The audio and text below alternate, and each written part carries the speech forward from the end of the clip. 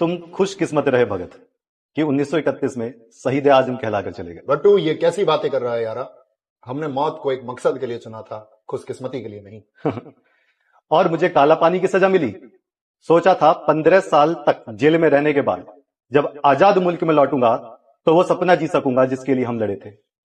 पर मैंने क्या देखा?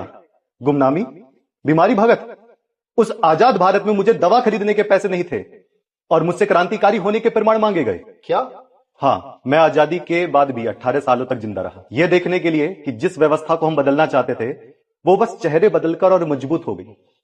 भगत यारा, मेरे साथ जो हुआ सो हुआ, पर आज के वर्तमान भारत का तो और भी बुरा हाल है यारा। हाँ यारा, हमारे प्यारे भारत, हमारे सपनों के भारत का ऐसा बुरा हाल देखकर मुझे बहुत तकलीफ होती है। बटू, हमने बहरी सल्तनत को सुनाने के लिए असेंबली में बम फेंका था। हमारा मकसद जान लेना नहीं, जान डालना था। हम चाहते थे पब्लिक सेफ्टी बिल और ट्रेड डिस्प्यूट बिल के खिलाफ मुल्क जागे। हम मजदूर और इंसान के हक की बात कर रहे थे। और आज के सत्ताधारी हमारे नाम की माला पहनकर इंसान को धर्म और जाति के नाम पर बांट रहे हैं। ये मजदूरों की नहीं, पूंजीपतियों की तिजोरी भर रहे हैं। भगत, अंग्रेजों की गुलामी से ज्यादा चुभती है अपनों की लूट। वो हमें क्रांतिकारी कहते हैं पर हमारे विचारों से डरते हैं। वो भी क्या दिन थे जब हम अपने विचारों को रखते थे, वे अखबारों और मीडिया के माध्यम से नौजवानों तक पहुंचते थे, जिससे नौजवान अंग्रेजों से लड़ने को प्रेरित होते थे।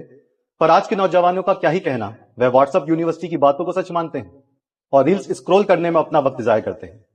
वे देशभक्त नहीं बल्कि इन्फ्लुएंसर बनने में ज्यादा इंटरेस्टेड है।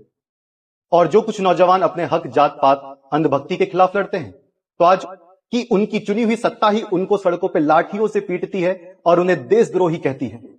और उनकी आज की मीडिया जो लोकतंत्र का चौथा स्तंभ होने का राग गाती है, वही मीडिया सत्ता के नेताओं की चाटुकारिता करती है। क्या कर सकते हैं यारा, अगर मैं जिंदा होता आज के भारत में तो शायद यही सोचता कि मैंने 23 साल की उम्र में जिस भारत के भविष्य के लिए शहीदी को चुना, न जाने वो भारत किस अंधकार में भविष्य की ओर बढ़ रहा है। और तुमने सही कहा, ये डरते हैं हमारे विचारों से।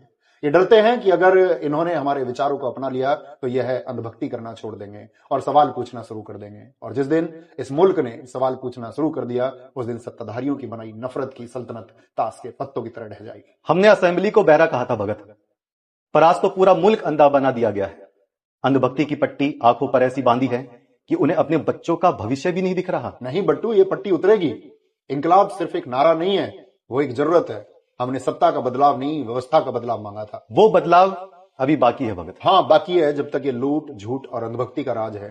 वैसे आज 18 नवंबर है यारा, तुम्हारा जन्मदिन। जन्मदिन मुबारक हो बट्टू यारा।